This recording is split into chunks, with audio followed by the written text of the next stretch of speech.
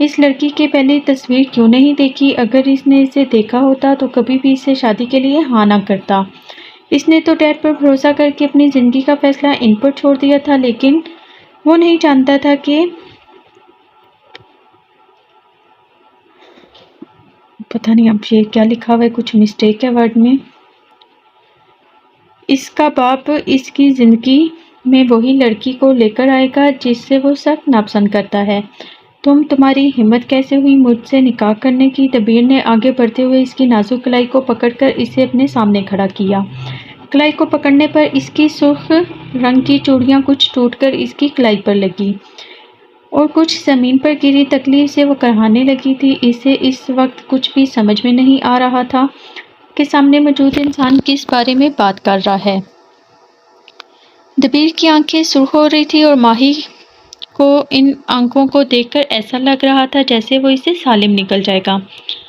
وہ تھر تھر کانپ رہی تھی۔ تمہارے جیسی ناپاک لڑکی کبھی بھی میری بیوی نہیں بن سکتی۔ اس کے الفاظ تھے یا گویا پگھلا ہوا سیسا۔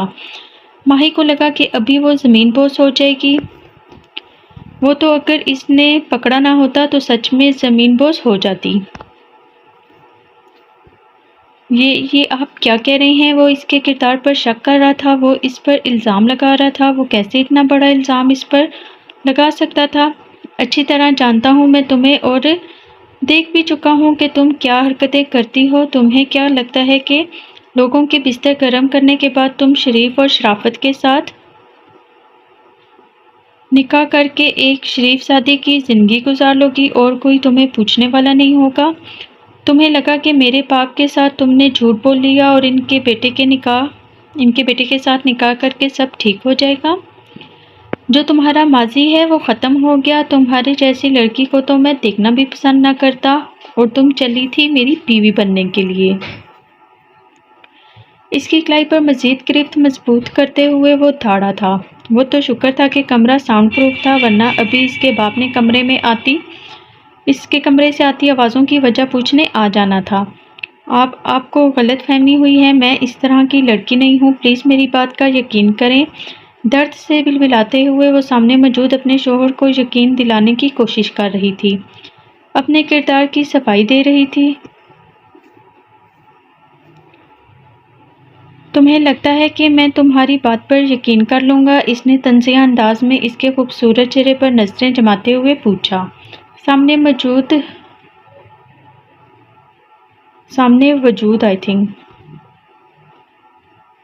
سامنے موجود میک اپ میں اس کی نئی نویلی دلہن آسمان سے اتری ہوئی کوئی اپسرا لگ رہی تھی۔ اگر اس کی جگہ پر کوئی اور مرد ہوتا تو اپنے گھٹنے ٹیک دیتا، لیکن وہ بھی دبیر مرتضیٰ تھا۔ اچھوں کو وہ ناکوں چنے چبانے کا ہنر رکھتا تھا۔ مجھے نہیں پتا کہ آپ میرے بارے میں یہ سب کیوں بول رہے ہیں، لیکن میرا کردار بالکل صاف ہے۔ میں نے کوئی بھی ایسی حرکت نہیں کی جس کی وجہ سے مجھے شرمندہ ہونا پڑے۔ میں ناپاک ہرگز نہیں ہوں۔ وہ بے بسی سے کہتے ہوئے رو پڑی۔ اچھا تو پھر ٹھیک ہے، ویسے تو تم میری بیوی ہو، تو یہ بھی چیک کر لیتے ہیں کہ تم پاک ہو یا نہیں۔ اور کچھ دیر اس کے چہرے کو دیکھتے ہوئے دل نے بغاوت کی اور جو وہ نہیں کرنا چاہتا تھا وہ کرنے پر راضی ہوا۔ کیا مطلب؟ ماہی نے گھبراتے لہجے میں اس سے دیکھتے ہوئے پوچھا۔ آج رات ہماری سواگ رات ہے نا، آج مجھے اچھے سے پتہ چل جائے گا کہ تم پاک ہو یا نہیں ہو۔ دبیر کے اس طرح کہنے پر وہ شرم اور شرمندگی سے نظریں جھکا گئی۔ اس سے پہلے کہ وہ کچھ سمجھتی تھی، دبیر نے اسے کمر سے تھامے خود کے قریب کیا اور ایک جھٹکے سے اس کے دوپٹے کو اتار کر بیڈ پر پھینکا۔ تکلیف کے مارے ایک دم سے اس کے لبوں سے سسکی نکلی۔ اس سے پہلے کہ وہ دوبارہ اپنے لبوں کو وا کرتی اور کچھ بولتی، وہ اسے بنا سنبھلنے کا موقع دیے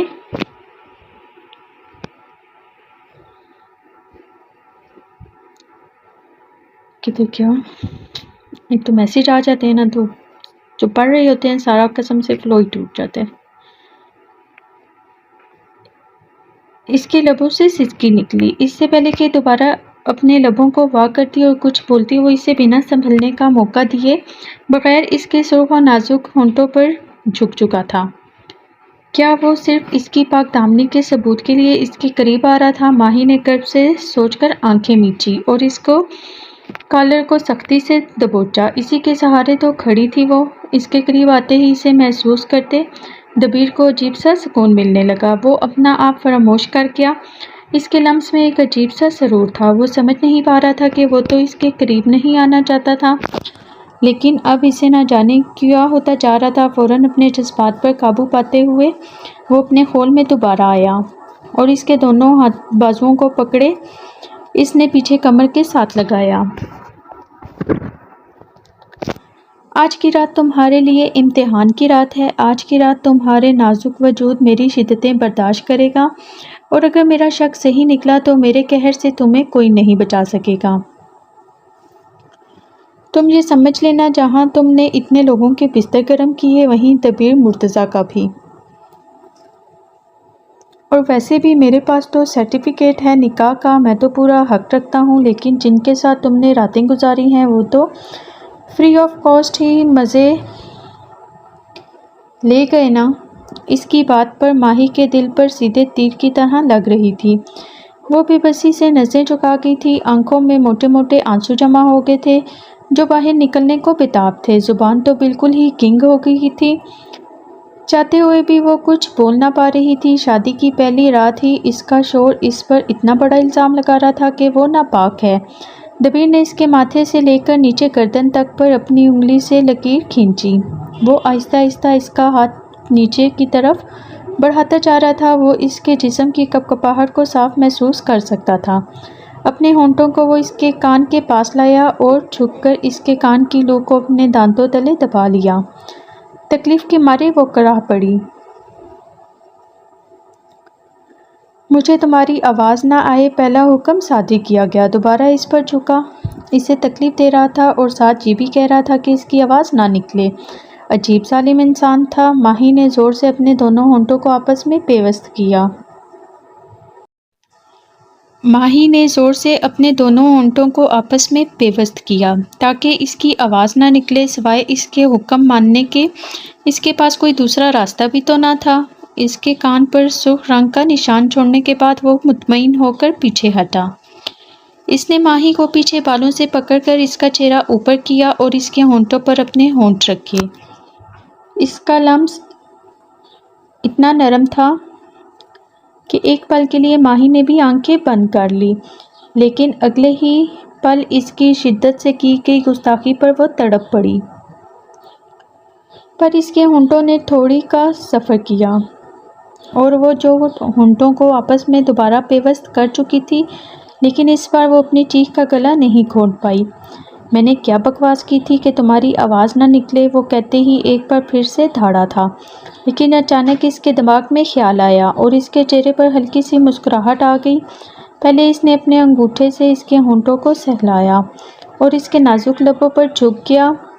ایک بار پھر اس نے ہونٹوں پر ظلم ڈھانے کے بعد وہ پیچھے ہوا۔ وہ جو گہرے سانس لے رہی تھی، سائڈ ٹیبل کے ڈرا سے اس نے ٹیپ نکالی اور نکال کر اس کے ہونٹوں پر لگا دی۔ جو آنکھیں پھاڑے اسے دیکھ رہی تھی، اب کوشش کے باوجود بھی تمہاری آواز مجھے سنائی نہیں دے گی۔ اپنے کام سے مطمئن ہو کر وہ دوبارہ اس کے دونوں ہاتھوں کو پکڑ چکا تھا۔ ایک ہاتھ اب بھی اس کا ماہی کے پیٹ پر گردش کر رہا تھا۔ اس کی گردن پر مختلف نشانات چھوڑنے کے بعد اس نے اسے ہلکا سا دھکا دیا تھا۔ جو پیچھے بیڈ پر جا گری تھی۔ دوپٹہ تو وہ پہلے ہی اتار چکا تھا۔ ماہی نے جو لہنگا پہنا ہوا تھا، اس کی کرتی بہت شارٹ تھی، لیکن اس نے دوپٹے سے اچھے سے خود کو کور کیا ہوا تھا۔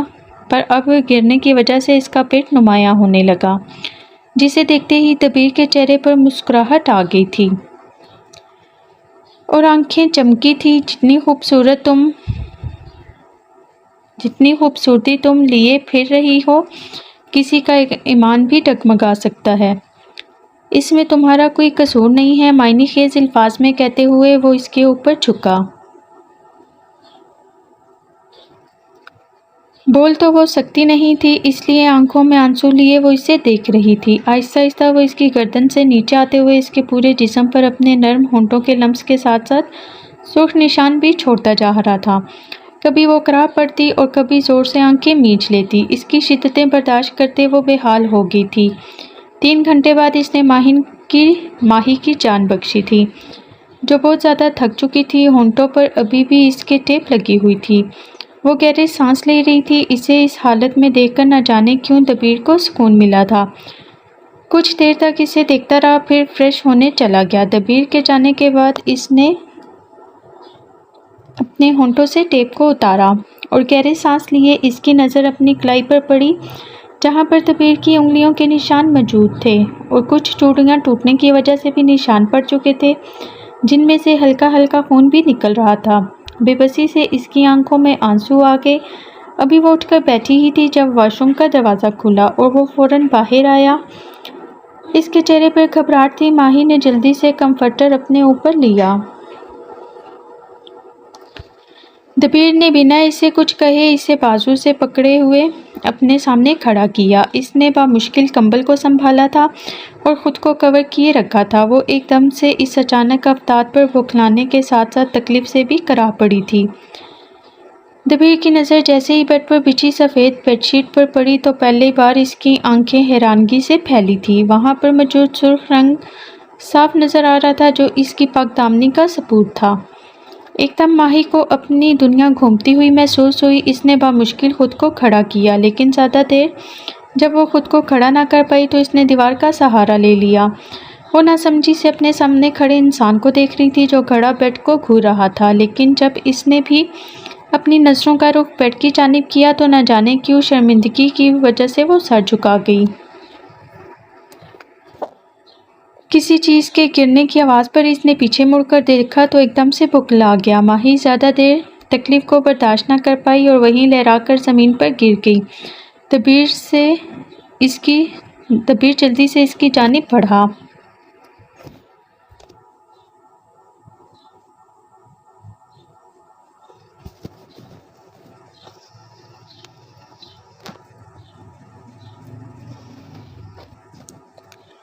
ماہی اپنے والدین کی اکلوتی اولاد تھی۔ اس کا کردار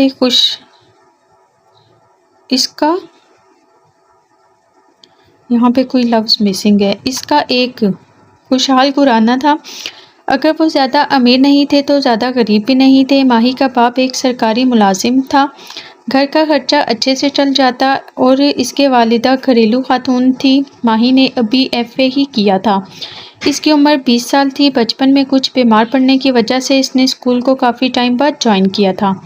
ماہی کے والدین اپنی زندگی میں بہت زیادہ خوش تھے۔ ماہی کے والد کا ایک دور کا کزن تھا جو اکثر ان کے گھر آیا جایا کرتا تھا۔ اس کے علاوہ ماہی کے والدین کا آگے پیچھے کوئی بھی نہ تھا۔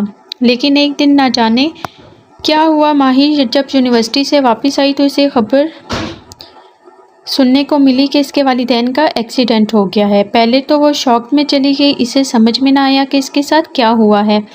ابھی صبح تو وہ سب کچھ بالکل ٹھیک تھا، ٹھیک چھوڑ کر گئی تھی، پھر اچانک سے یہ سب کیا ہو گیا تھا۔ اس کے چچا وہیں پر موجود تھے۔ کچھ دیر بعد ڈیڈ باڈیز کو وہاں سے لایا گیا۔ اس کی حالت بہت خراب ہو چکی تھی۔ ماہی تو ان کو دیکھ کر چیخ چیخ کر رو رہی تھی۔ جیسے تیسے کر کے محلے والوں نے اسے سنبھالا تھا، لیکن اسے سمجھ میں نہیں آ رہی تھی کہ اس کے ماں باپ کہاں گئے تھے۔ وہ بھی دونوں ایک ساتھ۔ بہت کم ہی ایسا ہوتا تھا کہ دونوں ایک ساتھ جاتے تھے۔ اگر ان کا پلان بھی ہوتا تھا تو وہ ماہی کو لازمی ساتھ لے کر جاتے تھے۔ نہ ہی انہوں نے ایسا کوئی صبح ذکر کیا تھا۔ اس کا چچا وہ خاموشی سے کھڑا سب کچھ دیکھ رہا تھا، لیکن وہ نہیں جانتے تھے کہ ان سب چیزوں کے پیچھے اس کے چاچا کا ہی ہاتھ ہے۔ سارا پلان وہ بنا چکا تھا اور وہ جانتا تھا اس گھر کی اکلوتی وارث ماہی ہی ہے۔ اس کے والدین کے بعد یہ گھر اسی کے نام آئے گا اور اس نے ماہی کے بارے میں بھی بہت کچھ سوچ رکھا تھا۔ اس نے ان دونوں کو کسی نہ کسی بہانے گھر سے باہر بھیجا اور پھر ان کا ایکسیڈنٹ کروا دیا۔ اب باری ماہی کی تھی۔ ماہی کے بارے میں بھی وہ کچھ سوچ تو چکا تھا۔ 20 سال کی عمر میں ہی ماہی یتیم ہو گئی تھی۔ اس کے ماں باپ کو دفنانے کے بعد ماہی کا چچا گھر واپس آیا۔ شام میں ہی سارے محلے والے جا چکے تھے۔ ماہی گھر میں اکیلی تھی۔ اس کے چچا نے اس سے کہا کہ میرے ساتھ باہر چلو، گھر میں رہو گی تو پاگل ہو جاؤ گی۔ باہر جاؤ گی تو تمہارا تھوڑا سا دماغ فریش ہو جائے گا۔ وہ جانا تو نہیں چاہتی تھی لیکن اس کے چچا نے بہت زیادہ اصرار کیا تو وہ اس سے جانا ہی پڑا۔ اس کے چچا اسے آدھے گھنٹے تک گاڑی میں نہ جانے کہاں سے کہاں گھماتے رہے۔ وہ تو اپنے ہی خیالوں میں گم بیٹھی رہی تھی۔ ابھی صبح ہی تو اس نے اپنے ماں باپ کو کھویا تھا۔ اسے تو بالکل بھی ہوش نہ تھا کہ گاڑی ایک جھٹکے سے رکی تھی۔ وہ یہ دیکھ کر حیران ہوئی تھی۔ اس کی نظر سامنے کلب پر پڑی جو روشنی میں جگمگا رہا تھا۔ وہاں دیکھ کر لگ رہا تھا کہ رات ہوئی ہی نہ ہو۔ وہاں دیکھ کر صبح کا گمان ہو رہا تھا۔ لوگ آ جا رہے تھے اور ان کی ڈریسنگ بھی کچھ عجیب سی تھی۔ لڑکیوں نے تو اتنی چھوٹی ڈریسنگ کی ہوئی تھی کہ اس نے فوراً سے نظریں پھیر لی۔ وہ اپنے چاچا سے پوچھنا چاہتی تھی کہ وہ یہاں کیوں آئے ہیں لیکن اس کے چاچا نے کچھ نہیں کہا اور گاڑی سے باہر آ گئے اور اسے بھی باہر نکلنے کو کہا۔ وہ گاڑی سے باہر نکل آئی جب اس کے چاچا نے اس کا ہاتھ پکڑا اور اسے کھینچتے ہوئے اندر کی جانب لے جانے لگے۔ پہلے وہ نہ سمجھی سے اسے دیکھتی رہی، پھر اس کی چھٹی حس نے کچھ غلط ہونے کا احساس دلایا۔ اس نے اپنا ہاتھ چھڑوانا چاہا لیکن تب تک بہت دیر ہو چکی تھی۔ اسے کلب کے اندر لے جا کر ایک کمرے میں چھوڑ دیا گیا۔ کمرے میں ایک 40 سال کا آدمی ٹانگ پر ٹانگ رکھے بیٹھا تھا۔ صاحب، جیسا کہ میں نے کہا تھا میں لڑکی کو لے کر آیا ہوں۔ یہ رہی لڑکی، وہ لڑکی، اور اب مجھے میرا پیسہ دے دو۔ یعنی کہ اس کا چچا اسے کلب میں لا کر بیچ چکا تھا۔ ماہی نے بے یقینی سے اپنے چاچا کی طرف دیکھا تھا۔ وہ بے شک اس کے باپ کے دور کا کزن تھا لیکن وہ اتنے سال تک ان کے ساتھ رہا تھا۔ اسے ذرا بھی احساس نہ تھا کہ وہ ماہی کے ساتھ کیا کر رہا تھا۔ نہیں چچا، آپ میرے ساتھ کیا کر رہے ہیں؟ میں یہاں نہیں رہنا چاہتی، آپ پلیز مجھے چھوڑ کر نہ جائیں پلیز۔ وہ روتے ہوئے کڑکڑانے لگی۔ اس کے چچا نے حقارت سے اسے دیکھا۔ اتنی مشکل سے تو تمہارے ماں باپ کو راستے سے ہٹا کر تمہیں یہاں لایا ہوں اور تم مجھے واپس لے جانے کی باتیں کر رہی ہو۔ اس کی بات سن کر ماہی کی آنکھیں پھٹی کی پھٹی رہ گئی۔ مزید اس کی زبان سے الفاظ ہی نہیں نکل رہے تھے، یعنی کہ اس کے ماں باپ کی جان اس کے چاچا نے لی تھی۔ لڑکی تو بہت خوبصورت ہے۔ وہ آدمی جب ان کے قریب آیا تو اس نے ہاتھ آگے بڑھائے تھے۔ وہ ماہی کو چھو سکے لیکن وہ فوراً سے پیچھے ہو گئی تھی۔ اتنے نخرے، کوئی بات نہیں، نخرے تو تم پر جچتے بھی ہیں۔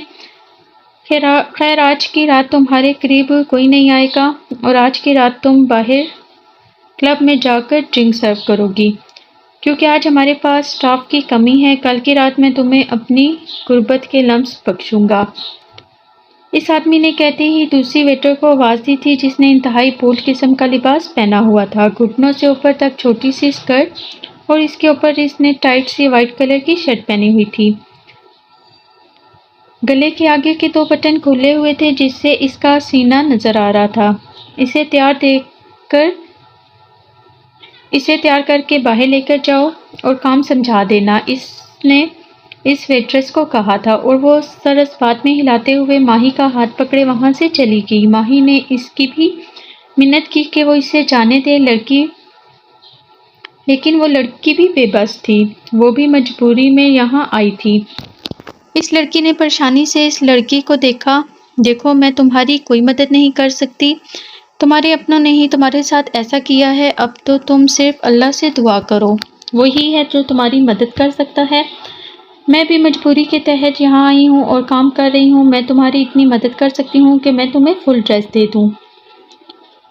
اس نے کہتے ہی بلیک کلر کی ٹائٹ سی پینٹ اور شرٹ اسے پکڑا دی تھی۔ یہ فل ڈریس تو تھا لیکن اس کے جسم کے ساتھ چپکا ہوا تھا جس سے اس کے جسم کے نشیب صاف نظر آ رہے تھے۔ اس لڑکی نے اسے کام سمجھا دیا تھا اس لیے یہ سب بہت مشکل تھا، اس نے ایسا کام کبھی بھی پہلے نہیں کیا تھا۔ ہزاروں لوگوں کی نظروں میں وہ خود کو انکمفرٹیبل فیل کر رہی تھی۔ دوسرا اس نے اس طرح کے کپڑے پہلے کبھی پہنے نہیں تھے۔ لیکن کوئی دوسرا چارہ بھی تو نہ تھا۔ اس نے ڈرنکس کی ٹرے اٹھائی اور لوگوں کو سرو کرنے لگی، لیکن وہ نہیں جانتی تھی کہ کچھ فاصلے پر بیٹھا ایک انسان اسے گھورنے میں مصروف ہے۔ وہ تو اپنے دھیان میں لوگوں کو ڈرنک سرو کر رہی تھی جو ڈرنک کم اور اس کو زیادہ دیکھ رہے تھے۔ وہاں پر سب کے سب جانور ہی تھے جو اسے بس کھانا چاہتے تھے۔ دبیر اپنے بزنس کے سلسلے میں میٹنگ کے لیے یہاں پر آیا تھا۔ میٹنگ کرنے والوں کو دیکھتے ہی اس نے اس کی آفر کو ٹھکرا دیا تھا۔ وہ سمجھ گیا تھا کہ سامنے بیٹھے انسان نے اس طرح کی جگہ پر کیوں بلایا تھا، کیونکہ اس کی پرسنالٹی ہی ایسی تھی۔ اس سے پہلے کہ وہ اٹھ کر یہاں سے جاتا، اس کی نظر ایک گھبرائی ہوئی لڑکی پر پڑی تھی جو لوگوں کو ڈرنک سرو کر رہی تھی۔ اس کے لباس کو اس نے حقارت سے دیکھا تھا۔ وہ اچھی طرح جانتا تھا کہ اس طرح کی کلب میں کیا کچھ ہوتا ہے، اور سامنے موجود لڑکی کو ایسا دیکھ کر لگ رہا تھا کہ جتنی وہ خوبصورت ہے لوگوں نے اسے بخشا نہ ہوگا۔ اس کلب کے اوپر پرائیویٹ رومز بنے ہوئے تھے، یہاں پر جس کا بھی دل کرتا وہ کسی بھی لڑکی کو لے کر وہاں پر چلا جاتا، اور اس میں ویٹریس بھی شامل ہوتی تھی۔ اسے دیکھتے ہی دبیر نے خود سے اندازہ لگایا تھا کہ اس نے بھی کافی لوگوں کو خوش کیا ہوگا، لیکن نہ جانے کیوں پہلی نظر میں ہی وہ لڑکی سیدھا اسے اپنے دل میں اترتی ہوئی محسوس ہوئی تھی۔ کاش وہ اسے یہاں پر نہ ملی ہوتی تو ایک سیکنڈ سے پہلے اسے اپنے پاس لے کر آتا، لیکن اس نے اپنے دماغ میں آتے خیال کو فوراً سے جھٹکا تھا۔ وہ یہ کیوں سوچ رہا تھا، سامنے موجود لڑکی کس طرح کی ہے، اسے تو وہ کبھی بھی اپنی بیوی کا درجہ نہیں دے سکتا تھا۔ اس لیے وہ اپنے خیال کو وہیں پر جھٹکتے ہوئے فوراً سے اٹھ کر وہاں سے نکلتا چلا گیا۔ اس سے پہلے کہ وہ لڑکی مزید اس پر حاوی ہوتی، ابھی اس سے نکلے 10 منٹ ہی ہوئے تھے جب اس کلب پر پولیس کا چھاپا پڑا۔ ہر طرف لوگوں کی اب کو اور کی دونوں اکٹھے یہاں پر لکھے ہوئے ہیں، تو پھر مسٹیک ہوتی تو اس میں پھر ہماری غلطی نہیں ہے ریڈرز، آپ پھر اگنور کیا کیجئے۔ پھر آپ کے کمنٹس آتے ہیں ہماری رائٹنگ سٹائل اچھا نہیں ہے، ہمیں پڑھنا نہیں آتا، لیکن جب لکھا غلط ہوگا تو پھر ہم کیا کر سکتے ہیں، کیونکہ جب فلو میں پڑھ رہے ہوتے ہیں تو جو لفظ پہلے لکھا ہوتا ہے ہم وہی فوراً سے پڑھ لیتے ہیں، بعد میں ہمیں آئیڈیا ہوتا ہے کہ نہیں جی یہاں پہ یہ مسٹیک تھی، ہمیں اس کو کریکٹ کرنا ہے۔ خیر چلیے بڑھتے ہیں آگے۔ ہر طرف لوگوں کی گہما گہمی تھی، لوگ بھاگنے دوڑنے لگے۔ پولیس کے مطابق یہاں وافر مقدار میں ڈرگز ملنے کی خبر تھی۔ پولیس نے جب چھاپا مارا اور ان کا شک صحیح نکلا، اوپر پرائیویٹ روم میں ایک روم ایسا تھا جہاں پر ڈرگز رکھے گئے تھے۔ پولیس نے سارے اپنے قبضے میں لے لیے تھے۔ وہ جو لوگوں کو حیرانی سے دیکھ رہی تھی، اس نے بھی موقع غنیمت جانا اور وہاں سے بھاگنے لگی، لیکن افسوس کہ وہ پولیس کے ہتھے چڑھ گئی تھی۔ پولیس آفیسر اسے بھی کھینچتے ہوئے باہر وین تک لے جانے لگے اور وہ بھی چیخنے لگی تھی، پلیز مجھے چھوڑ دیں، میں آج یہاں لائی گئی ہوں، میرے چاچا دھوکہ دے کر مجھے یہاں لائے تھے اور مجھے بیچ دیا، میں یہاں کی نہیں ہوں، پلیز مجھے چھوڑ دیں، میں نے کچھ بھی نہیں کیا۔ وہ روتے ہوئے گڑگڑانے لگی، اس کے ساتھ جا رہی تھی، لیکن اسے روتے گڑگڑاتے ہوئے ACP نے دیکھ لیا تھا۔ وہ چلتے ہوئے اس کے پاس آئے اور آفیسر کو اسے چھوڑنے کا اشارہ کیا، جو اس کا بازو چھوڑے وہاں سے چلے گئی۔ میرے پیچھے آؤ، انہوں نے بنا اس سے کچھ پوچھے اپنے پیچھے آنے کا کہا۔ اپنی گاڑی کا دروازہ کھولتے ہوئے اسے اندر بیٹھنے کا کہا، جو خاموشی سے بیٹھ گئی، اور وہ بھی فرنٹ سیٹ پر آ کر بیٹھ گئے تھے۔ اب بتاؤ مجھے، تم کیا کہہ رہی تھی؟ وہ سامنے دیکھ رہے تھے، انہوں نے پیچھے پڑی ہوئی شال اس کی طرف بڑھائی تھی، جس نے جلدی سے اپنے اوپر لے لی تھی۔ آہستہ آہستہ ساری بات وہ ان کو بتاتی چلی گئی تھی۔ تو اب تم کہاں جانا چاہتی ہو؟ انہوں نے اب اس کی طرف دیکھتے ہوئے نرم لہجے میں پوچھا تھا۔ ان کا یہ سوال سنتے ہی وہ پھوٹ پھوٹ کر رونے لگی تھی۔ میرا کوئی گھر نہیں ہے، اگر میں واپس گئی تو میرا چاچا پھر سے مجھے بیچ دے گا۔ کیا تم میری بیٹی بن کر میرے گھر چلو گی؟ میں تمہارے ساتھ زبردستی نہیں کروں گا۔ نہ جانے کیوں تمہیں دیکھ کر مجھے ایسا لگا جیسے تم میری اپنی سی ہو، اگر میری بیٹی ہوتی تو وہ بھی تمہاری ایج کی ہوتی۔ انہوں نے کہا، آپ مجھ پر یہ احسان کیوں کر رہے ہیں؟ میں آپ کے احسان کی قیمت نہیں چکا سکوں گی۔ ماہی نے اپنے چہرے سے ہاتھ پیچھے کرتے ہوئے ان کو دیکھتے ہوئے کہا، مجھے قیمت چاہیے بھی نہیں، میں تمہیں اپنی بیٹی بنا رہا ہوں اور بیٹیوں سے قیمتیں وصول نہیں کی جاتی۔ اگر تمہیں مسئلہ ہے تو میں تمہیں کسی دوسری جگہ پر پہنچا سکتا ہوں، لیکن یہ میری خواہش ہے۔ تمہیں دیکھتے ہی میرے دل سے آواز آئی تھی، اس لیے میں نے اپنی خواہش تمہارے سامنے رکھی، انہوں نے کہا، اور کچھ دیر سوچنے کے بعد ماہی نے اس بات میں سر ہلا دیا۔ اس کے چہرے پر مسکراہٹ آ گئی تھی اور وہ اپنے گھر کی جانب بڑھ گئے تھے۔ گھر میں داخل ہوتے ہی انہوں نے ملازمہ کو آواز دی اور اسے کمرے میں لے جانے کا کہا اور وہ کمرے کی جانب بڑھ گئی۔ کمرے میں آتے ہی ماہی نے سکون کا سانس لیا۔ کیا اس کی جان اس کے ساتھ عزت بھی بچ گئی تھی؟ کیا اس کی جان کے ساتھ عزت بھی بچ گئی تھی؟ اس نے اوپر آسمان کی طرف دیکھا۔ بے شک اللہ تعالیٰ جو کرتا ہے بہتر کرتا ہے۔ آگے اس کے ساتھ کیا ہونے والا تھا آج اس کے بارے میں سوچ کر وہ پریشان نہیں ہونا چاہتی تھی۔ بیڈ پر لیٹتے ہی اس نے کمبل اوپر لیا اور آنکھیں بند کر کے آج جو کچھ ہوا اس کے بارے میں سوچنے لگی۔ اپنے ماں باپ کے بارے میں سوچتے ہی اس کی آنکھیں پھر سے نم ہوئی تھی۔ اپنے ماں باپ کے بارے میں سوچتے ہوئے کب اس کی آنکھ لگی اسے پتہ ہی نہ چلا۔ اگلی صبح اس کی آنکھ کھلی تو ملازمہ اس کے کمرے میں موجود تھی اور اس کی ہر ایک چیز کو سیٹ کر چکی تھی۔ رات میں ہی ظفر صاحب نے اس کی ضرورت کی ہر ایک چیز کو منگوا کر اس کے کمرے میں رکھنے کا کہا تھا۔ چیزوں کو دیکھتے ہوئے وہ ہولے سے مسکرا پڑی۔ وہ اٹھ کر ایک جوڑا پکڑے وہ فریش ہونے چلی گئی۔ جب باہر آئی تو ظفر صاحب بھی اسے دیکھ کر مسکرا پڑے۔ اٹھ گئی میری بیٹی، آ جاؤ ناشتہ کرتے ہیں، انہوں نے مسکراتے ہوئے کہا جو ان کے دائیں جانب آ کر بیٹھ گئی تھی۔ بیٹا یہ میرا چھوٹا سا گھر ہے، پیشے سے میں پولیس آفیسر ہوں، تم تو اچھی طرح جانتی ہو، اور میرا ایک بیٹا بھی ہے جو میرے ساتھ نہیں رہتا، اس کا الگ سے ایک فلیٹ ہے۔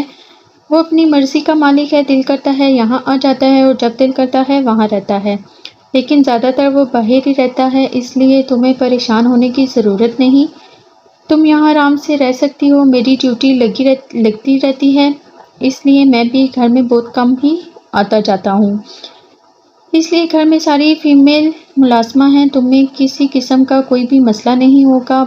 باہر گارڈ موجود ہے، اگر کوئی بھی مسئلہ ہو تو میں تمہیں موبائل دے رہا ہوں، اس میں میرا نمبر موجود ہے، تم بلا جھجک مجھے کال کر سکتی ہو۔ انہوں نے مسکراتے ہوئے اسے ساری بات بتائی۔ Thank you so much uncle, آپ نے میرے لیے بہت کیا ہے، میں سوچ بھی نہیں سکتی تھی آپ کا شکریہ کیسے ادا کروں گی، اگر آپ کی جگہ کوئی اور ہوتا تو کبھی بھی وہ میری اتنی مدد نہ کرتا۔ ظفر صاحب کو دیکھتے ہوئے وہ بولی جو ہولے سے مسکرا رہے تھے، تمہیں بیٹی بنایا ہے، تمہیں بیٹی کہا ہے، اور بیٹیاں شکریہ کہتے ہوئے اچھی نہیں لگتی، پورے حق سے مجھ سے چیزیں مانگنا، ٹھیک ہے، اور اگر تم مجھے بابا کہو گی تو مجھے زیادہ اچھا لگے گا۔ انکل بہت ہی اولڈ لگتا ہے، انہوں نے کچھ اس انداز میں کہا تھا کہ نہ چاہتے ہوئے بھی ماہی ہنس پڑی۔ دیکھو بیٹا، جانے والوں کو ہم لوگ روک نہیں سکتے، تمہارے والدین کے ساتھ جو بھی ہوا تمہارے والدین کے ساتھ جو بھی ہوا ہے میں اچھے سے جانتا ہوں، اور فکر مت کرو، تمہارے چچا کو اس کی سزا ضرور ملے گی، میں نے اپنی ٹیم کو تمہارے چچا کو ڈھونڈنے پر لگا دیا ہے، 1-2 دن میں تمہارے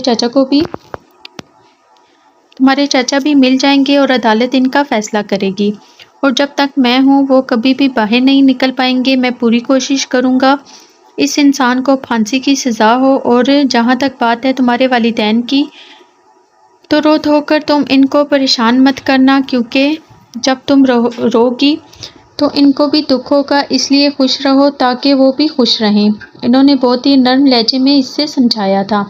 جی انکل، میں پوری کوشش کروں گی، میرا مطلب ہے بابا، وہ جلدی سے اپنے الفاظ کی درستگی کرنے لگی تو ظفر صاحب بھی ہنس پڑے تھے۔ چلو اب ناشتہ کرو، انہوں نے کہا تو وہ پھر دونوں ناشتہ کرنے لگے۔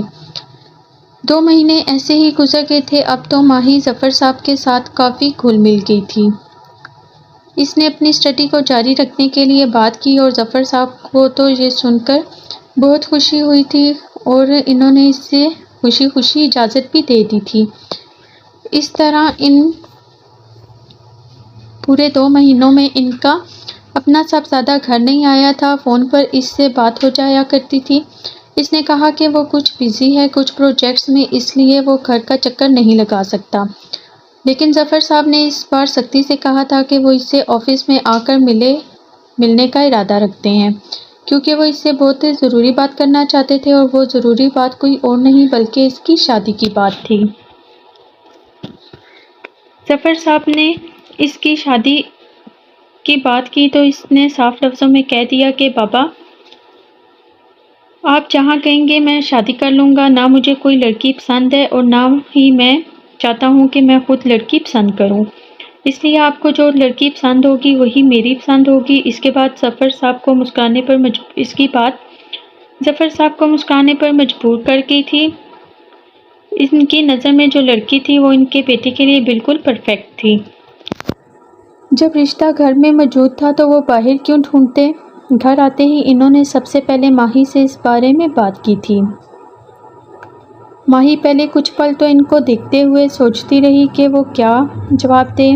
اس انسان نے اس کی بہت ہیلپ کی تھی اور شادی ایک نہ ایک دن تو کرنی ہی تھی، تو پھر کیوں نہ وہ ان کے بیٹے سے ہی کر لیتی۔ ان کے بیٹے کی تصویریں گھر میں ہر طرف موجود تھی، جس کو وہ دیکھ چکی تھی۔ وہ اچھا خاصا ہینڈسم انسان تھا، اسے کوئی مسئلہ نہیں تھا۔ اس نے ہاں کر دی اور اس کے ہاں کرتے ہی ظفر صاحب نے اس کے سر پر ہاتھ رکھا تھا، اسے خوش رہنے کی دعا دی۔ دونوں کی رضامندی کے بعد گھر میں نکاح کی تیاریاں شروع ہو گئی تھی۔ دبیر نے بس ایک بات کہی تھی کہ اسے سادگی سے بس نکاح کرنا ہے، باقی اسے کوئی بھی رسم نہیں کرنی۔ ظفر صاحب بھی اسی میں خوش تھے کہ ان کو بھی کوئی باقی رسموں میں دلچسپی نہ تھی۔ ان کا بیٹا شادی کر رہا تھا، یہی ان کے لیے کافی تھا، اور بہت جلد وہ دن بھی آ گیا تھا جب دبیر کا نکاح ماہی کے ساتھ ہو گیا۔ ماہی کو بیوٹیشین نے آ کر تیار کر دیا تھا۔ آج وہ بہت ہی زیادہ نروس بھی تھی اور وہ پہلی بار ہی اپنے شوہر سے ملے گی، لیکن جب اس کا شوہر کمرے میں آیا تو اس پر جو الزام اس نے لگایا، اسے سن کر تو وہ دھنگ ہی رہ گئی۔ ماہی کے بے ہوش ہونے کے بعد اسے لیے ہاسپٹل پہنچا، کپڑے تو وہ اسے پہلے ہی پہنا چکا تھا۔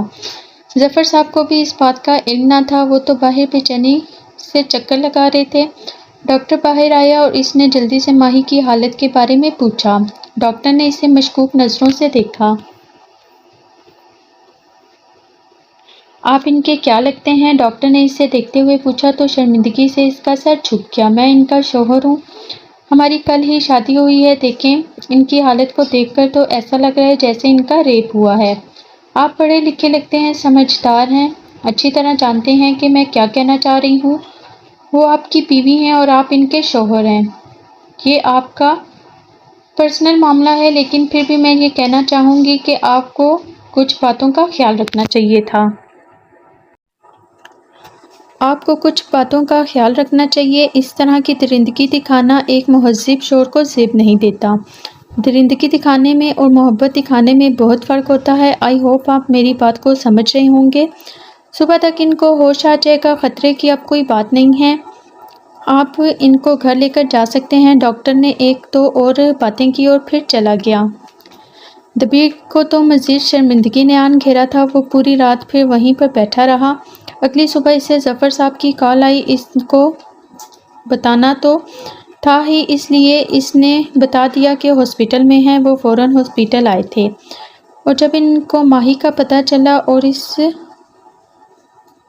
دبیر نے ان کو بتا دیا کیسے اسے غلط فہمی ہوئی، ان کو دبے لفظوں میں بتا دیا، اور زندگی میں پہلی بار ان کا ہاتھ اپنے بیٹے پر اٹھا تھا۔ میں نے تمہاری پرورش اس طرح کی تو نہیں کی تھی، تمہیں ہمیشہ عورتوں کی عزت کرنے کا درس دیا تھا، ہمیشہ تمہیں کہا تھا کہ عورتوں کی عزت کرنی ہے، اور تم نے اپنی بیوی پر شک کیا اور اس کے ساتھ کیا کر دیا۔ تمہیں اپنے باپ پر یقین نہیں تھا۔ اگر میں تمہارے لیے کوئی لڑکی تلاش کروں گا تو ایک بہترین لڑکی ہی کروں گا۔ دبیر، مجھے افسوس ہو رہا ہے کہ تمہیں اپنا بیٹا کہتے ہوئے۔ انہوں نے دکھی لہجے میں دبیر کو دیکھتے ہوئے کہا تھا۔ ڈیڈ، مجھے معاف کر دیں، میں جانتا ہوں مجھ سے غلطی ہوئی ہے، میں جانتا ہوں کہ مجھ سے بہت بڑی غلطی ہو گئی ہے، لیکن میں اس سے معافی مانگ لوں گا، پلیز مجھے معاف کر دیں، میں آپ کی ناراضگی افورڈ نہیں کر سکتا۔ اس نے اپنے باپ کے ہاتھ کو پکڑتے ہوئے کہا تھا، دعا کرو کہ وہ تمہیں معاف کر دے، ورنہ میں بھی تمہیں معاف نہیں کروں گا۔ وہ کہتے ہوئے ماہی کے کمرے کی طرف بڑھ گئے تھے۔ ماہی کو ہوش آ گیا تھا اور ظفر صاحب کو دیکھتے اس کی آنکھوں میں آنسو آ گئے تھے۔ بس میرے بچے، رونا نہیں ہے، میں تمہارا قصوروار ہوں، میری وجہ سے آج تم اس حالت میں ہو سکے تو مجھے معاف کر دینا، ظفر صاحب نے بے بسی سے کہا تھا۔ بابا، اس میں آپ کا کوئی قصور نہیں ہے، آپ پلیز اس طرح معافی مت مانگیں، ان کو غلط فہمی ہوئی تھی اور میں جانتی ہوں ان کو غلط فہمی کیوں ہوئی تھی، اور مجھے اچھے سے سمجھ آ گیا ہے کہ انہوں نے ضرور مجھے دیکھا ہوگا، اور وہاں دیکھ کر تو کوئی بھی سمجھے گا کہ وہاں موجود لڑکیاں کس طرح کی ہوتی ہیں۔ ان کو بھی وہی غلط فہمی ہوئی ہوگی، لیکن انہوں نے جو میرے ساتھ کیا وہ بہت غلط تھا، میں اس کے لیے کبھی بھی ان کو معاف نہیں کروں گی، اس نے بھاری لہجے میں کہا۔ میری بچی، میں ہمیشہ تمہارے ساتھ ہوں، تمہارا جو فیصلہ ہوگا مجھے منظور ہوگا، تمہیں پریشان ہونے کی ضرورت نہیں ہے، میں ڈاکٹر سے بات کرتا ہوں، پھر میں اپنی بچی کو گھر لے کر چلتا ہوں۔ انہوں نے محبت سے اس کے سر پر ہاتھ رکھتے ہوئے کہا تھا، جس نے اس بات میں سر ہلا دیا۔ وہ کمرے سے نکل گئے، لیکن ان کی باتیں دبیر مرتضیٰ سن چکا تھا۔ وہ مزید شرمندگی میں چلا گیا۔ ظفر صاحب ماہی کو گھر لے کر آ گئے تھے، اور انہوں نے دبیر کو سختی سے منع کر دیا تھا کہ خبردار اگر وہ اس کے کمرے میں گیا۔ وہ اس سے سخت خفا تھے اور وہ اس سے بات بھی نہیں کرنا چاہتی۔ انہوں نے ماہی کو اس کے پرانے کمرے میں بھیج دیا تھا اور طبیعت کا بھی منع کر دیا۔ دبیر میں اتنی ہمت نہ تھی کہ وہ دوبارہ اس کا سامنا کر سکے، اس لیے وہ گھر سے ہی چلا گیا تھا۔ اس وقت وہ اکیلا رہنا چاہتا تھا۔ وہ اپنے فلیٹ پر دوبارہ چلا گیا تھا۔ جو اس نے کیا تھا وہ صحیح تھا؟ کیا وہ صحیح تھا؟ اس نے تو جو دیکھا تھا اپنے آپ سے ہی اندازہ لگا لیا کہ اس لڑکی کے ساتھ یہ سب ہوا ہوگا، اور یہ سب سوچتے ہی اس نے اس رات اپنا حق وصول کیا اور اسے ثبوت بھی مل گیا۔ اب اسے شرمندگی ہو رہی تھی، اسے ایسا نہیں کرنا چاہیے تھا، لیکن وقت تو گزر گیا تھا اور وہ اچھے سے جانتا تھا کہ ماہی اس سے سخت خفا ہے۔ وہ اسے بھی کچھ وقت دینا چاہتا تھا کہ وہ تھوڑا سا سنبھل جائے اور وہ پھر اس سے بات کرے، لیکن وہ نہیں جانتا تھا کہ جب وہ واپس جائے گا تو آگے سے کیا دیکھنے کو ملے گا۔ ایک ہفتے تک اس نے کسی سے بھی بات نہیں کی تھی، اور آج ایک ہفتے بعد وہ اپنے ڈیڈ کے گھر میں موجود تھا۔ اس کے ڈیڈ نے اسے دیکھا تو سنجیدگی سے اپنی جگہ سے کھڑے ہو گئے تھے۔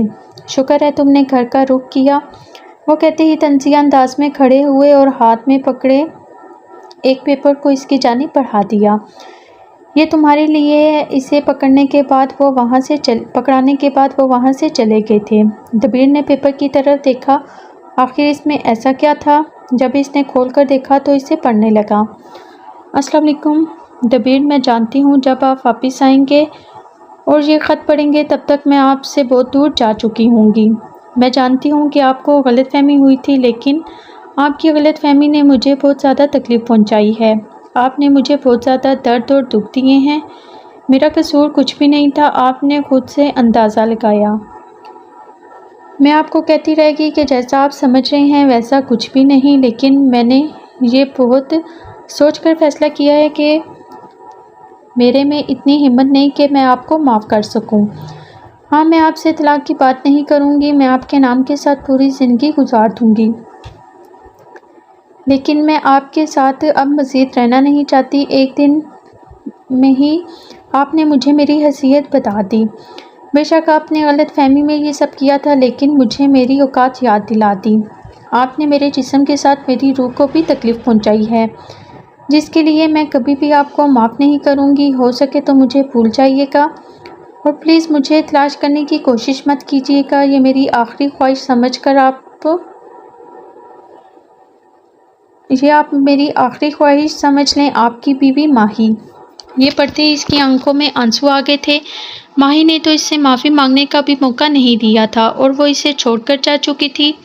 ایک بار پھر سے وہ اکیلا رہ گیا تھا، ایک بار پھر سے اسے اکیلے زندگی گزارنی تھی۔ وہ وہیں صوفے پر ڈھسا گیا تھا اور اپنے ہاتھوں میں سر گرا کر بیٹھ گیا۔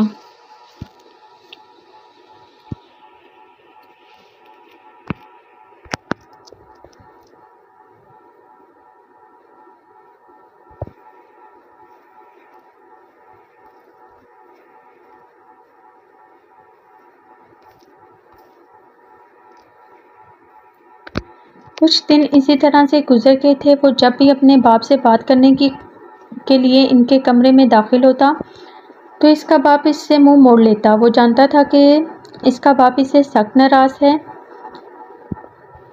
اور ان کی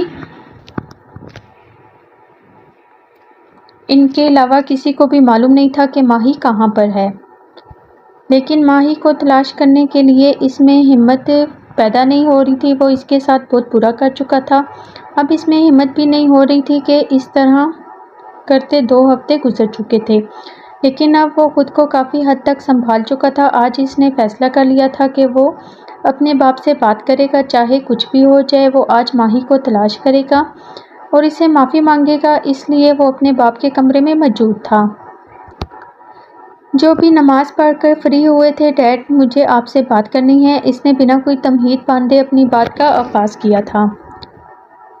ٹھیک ہے، میں سن رہا ہوں، بولو کیا بات ہے؟ انہوں نے بھی سنجیدگی سے کہا۔ وہ جانتے تھے کہ وہ کیا بات کرنے آیا ہے۔ ماہی کہاں پر ہے؟ میں اس سے معافی مانگنا چاہتا ہوں۔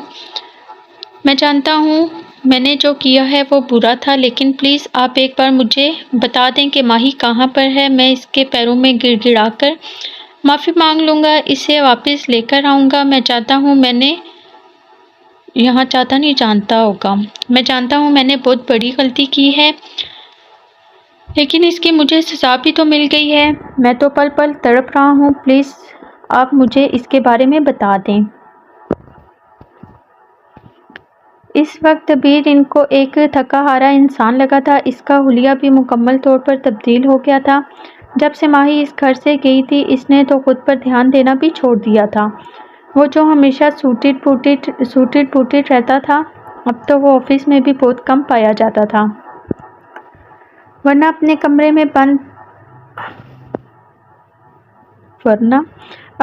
میں بند رکھا تھا۔ اس نے ایک بھی قصور کے ساتھ یہ سب کیا تھا۔ وہ شرمندہ تھا اور ظفر صاحب اچھے سے سمجھ گئے تھے۔ دیکھو دبیر، اس معاملے میں تمہاری کوئی بھی مدد نہیں کر سکتا۔ تم اللہ سے دعا مانگو کہ اللہ اس کے دل میں رحم ڈال دے اور وہ واپس آ جائے۔ اس سے زیادہ میں تمہیں کچھ بھی نہیں بتا سکتا۔ وہ کہتے ہی رخ موڑ گئے۔ ماہی نے ان کو منع کیا تھا۔ ماہی کی اپنی مرضی تھی کہ وہ اس گھر سے چلی جائے، لیکن ظفر صاحب نے اسے اپنے فلیٹ پر رکھا تھا، جہاں پر ہر ایک چیز موجود تھی۔ وہ اس لیے کی تاکہ دبیر کو اپنی غلطی کا احساس کروا سکے۔ وہ یہاں سے جانا نہیں چاہتی تھی، لیکن اسے اس کی غلطی کا احساس دلانا چاہتی تھی۔ جو اس نے کیا اس وجہ سے وہ یہاں سے چلی گئی۔ ظفر صاحب نے جو ریکارڈنگ کی اسے ماہی کے نمبر پر بھیج دیا تھا۔ ماہی کچن میں اپنے لیے کھانا بنا رہی تھی جب ظفر صاحب کا میسج موصول ہوا تھا، اور اس میں وائس ریکارڈنگ تھی، جسے سن کر اس کی آنکھوں میں بے ساختہ آنسو آ گئے تھے۔ وہ سمجھ گئی تھی کہ دبیر کو اپنی غلطی کا احساس ہو گیا ہے، اور یہی احساس تو وہ اس سے دلانا چاہتی تھی۔ ماہی کچن سے نکل کر باہر آ گئی۔ بھوک تو اس کی وہ میسج سنتے ہی بھاگ چکی تھی۔ اس طرح اپنے کمرے میں آئی اور آ کر کھڑکی کے پاس کھڑی ہو کر دبیر کے بارے میں سوچنے لگی اور فیصلہ کرنے لگی کہ اب اسے کیا کرنا چاہیے۔ دوسری جانب دبیر اپنے باپ سے مایوس ہو کر دوبارہ اپنے کمرے میں آ گیا تھا۔ اسے سمجھ میں نہیں آ رہی تھی کہ کیا کرے۔ وہ اپنی طرف سے بھی پوری کوشش کر چکا تھا، لیکن اس کے باپ نے بھی ماہی کو ایک ایسی جگہ پر چھپا کر رکھا تھا کہ وہ چاہتے ہوئے بھی وہاں تک پہنچ نہ پایا۔ اگلے 2 دن بھی ایسے ہی گزرے تھے۔ اس وقت وہ رات کو تھوڑا لیٹ آیا تھا۔ آج کافی دنوں بعد وہ واپس آفس آیا تھا۔ میٹنگ اٹینڈ کرتے ہوئے اسے پتہ ہی نہیں چلا کب رات ہوئی۔ وہ گھر آیا تو ملازمہ نے کھانے کا پوچھا، اس نے منع کر دیا۔ اپنے کمرے میں آ کر فریش ہوا اور وضو کر کے نماز ادا کرنے لگا۔ نماز ادا کرنے کے بعد اس کے ہاتھ دعا کے لیے اٹھے تھے۔ کچھ پل کے لیے تو وہ خاموشی سے بیٹھا رہا تھا۔ آنسو تراتر بہہ رہے تھے، تواتر ہوتا ہے نا، اور اس کی آنکھوں سے آنسو نکلنے لگے تھے۔ جی بھی ہے، سیم لائنز۔ ماہی اپنے ساتھ جاتے ہوئے اس کا چین سکون بھی ساتھ لے کر چلی گئی تھی۔ وہ مانتا تھا کہ اس نے اس کے ساتھ بہت برا کیا تھا، وہ سب غلط فہمی پر کر بیٹھا تھا، لیکن پھر بھی اسے یہ سب چیزیں نہیں کرنی چاہیے تھی۔ اتنا تو اسے پتہ چل گیا تھا۔ اب وہ اپنے خدا کے سامنے رو کر گڑ گڑا کر اپنے کیے گناہ کی معافی مانگ رہا تھا۔ وہ اپنے اللہ سے فریاد کر رہا تھا ایک بار اسے ماہی سے ملا دے۔ وہ اپنی تمام غلطیوں کی اور کوتاہیوں کی اس سے معافی مانگ لینا چاہتا تھا اور اسے ہمیشہ خوش رکھے گا۔ اللہ تعالیٰ تو شہرک سے بھی زیادہ قریب ہوتا ہے۔ ابھی وہ بیٹھا دعا ہی مانگ رہا تھا جب اسے اپنے کندھوں پر نازک سر رکھنے کا احساس ہوا۔ اس نے بے ساختہ سر موڑ کر دیکھا تو ایک دم سے اپنے قریب ترین وجود کو دیکھ کر اس کی آنکھیں پھیلی۔ اسے لگا کہ یہ اس کا خیال ہے، اس لیے ہاتھ بڑھا کر اس نے ماہی کے چہرے کو چھونا چاہا، لیکن جب پتہ چلا کہ وہ سچ میں یہاں پر ہے تو اس نے فوراً اسے سمجھنے کا موقع دیے بغیر اپنے سینے میں بھینچ لیا۔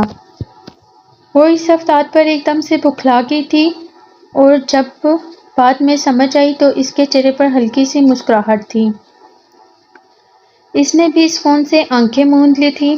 یا اللہ تیرا شکر ہے، مجھے تو لگا میں تمہیں کبھی دیکھ نہیں پاؤں گا۔ ماہی، تم کیا سچ میں یہاں پر موجود ہو؟ دبیر کو بھی یقین نہیں آ رہا تھا۔ کچھ دیر بعد وہ اسے محسوس کرنے کے بعد پیچھے ہٹا، اس کے چہرے کو باری باری چومنے لگا۔ کبھی اس کی آنکھوں کو چومتا، کبھی اس کی ناک کو، کبھی ہونٹوں کو اور کبھی تھوڑی کو۔ کیا تم سچ میں یہاں پر ہو؟ اسے سمجھ میں نہیں آئی کہ وہ کیا بولے، تو وہ ایک دم سے رک گیا اور خود کو یقین دلانے لگا، ہاں تم سچ میں یہاں پر ہو۔ مجھے تو لگ رہا تھا کہ میں تمہیں دوبارہ کبھی دیکھ نہیں پاؤں گا، دبیر نے تکلیف دہ لہجے میں کہا۔ مجھے لگا تم مجھ سے بہت دور چلی گئی ہو۔ میں تو کبھی دور گئی ہی نہیں دبیر آپ سے، بس آپ کو آپ کی غلطی کا احساس دلانا چاہتی تھی اور وہ آپ کو ہو گیا ہے۔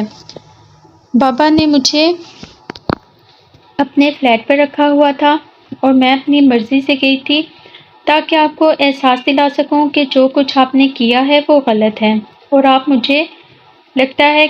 مجھے لگتا ہے کہ آپ کو اچھے سے احساس ہو گیا ہے، اس لیے میں واپس آ گئی۔ اس نے مسکراتے ہوئے دبیر کو ساری بات بتائی تھی۔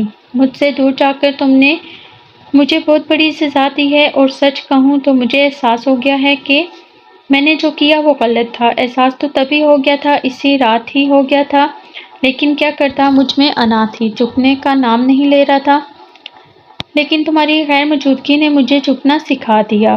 پلیز دوبارہ مجھ سے دور مت جانا، میں جانتا ہوں کہ میں نے بہت برا کیا۔ دبیر اسے دیکھتے ہوئے دھیمے لہجے میں کہہ رہا تھا، اب آپ کو معافی مانگنے کی ضرورت نہیں ہے، آپ کو اپنی غلطی کی سزا مل چکی ہے، اور اب مجھے بھی آپ سے کوئی مسئلہ نہیں ہے۔ ماہی مسکرا کر بولی تو دبیر نے اس کی بات پر ہنستے ہوئے دوبارہ اسے اپنے سینے میں بھینچ لیا۔ تھینک یو سو مچ میری جان، وہ کہتے ہی اپنی جگہ سے کھڑا ہوا اور اسے اپنی باہوں میں اٹھا لیا۔